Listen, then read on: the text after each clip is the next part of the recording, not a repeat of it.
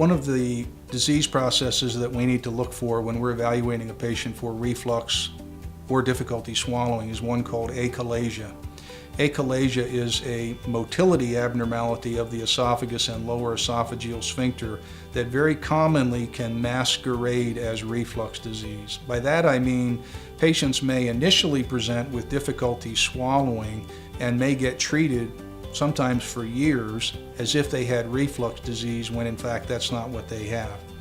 Achalasia starts out as a problem of the lower esophageal sphincter not relaxing when it should.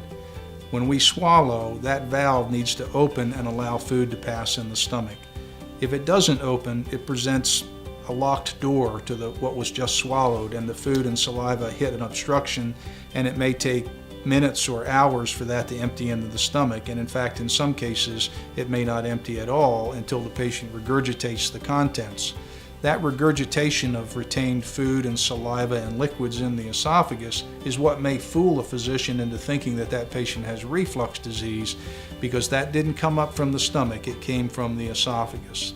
So many times when we're evaluating a patient for reflux disease, we may encounter a patient who actually has achalasia.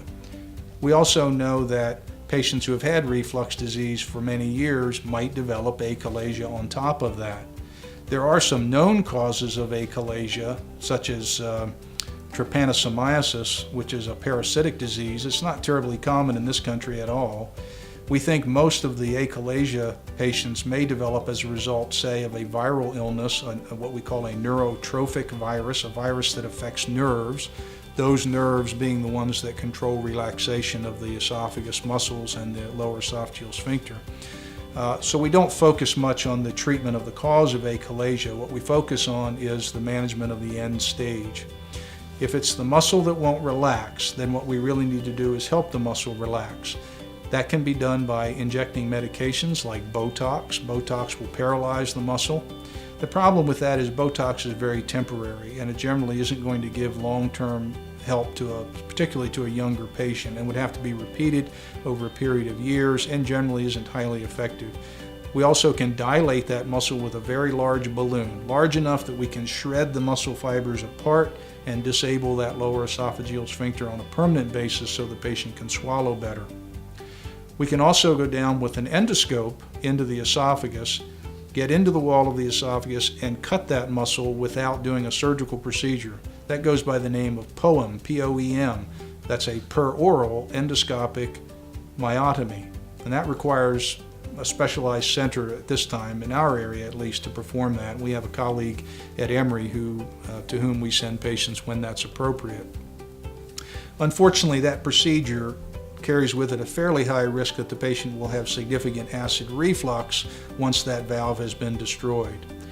We think the best option for management of achalasia is a surgical one. It can be performed laparoscopically, where we can go in and divide the outer coat of the muscle so that the muscle is relaxed, and then take the stomach and perform a partial wrap or partial fundoplication that prevents acid reflux disease.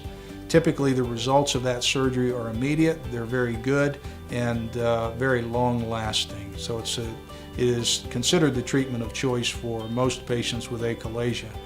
Achalasia is usually diagnosed with what's called high-resolution manometry. It's a test that will measure the strength of the squeeze of the esophagus, but also the characteristics of relaxation of the lower esophageal sphincter. A barium swallow may be helpful and give us a very characteristic picture that looks just like achalasia, but we would like to know that the high-resolution manometry supports that diagnosis as well. We used to think that achalasia was rare and that maybe it was 1 or 3 in 100,000 patients. We now know it's much more common than that, as we'll see several dozen patients at least each year who require the surgical treatment for achalasia.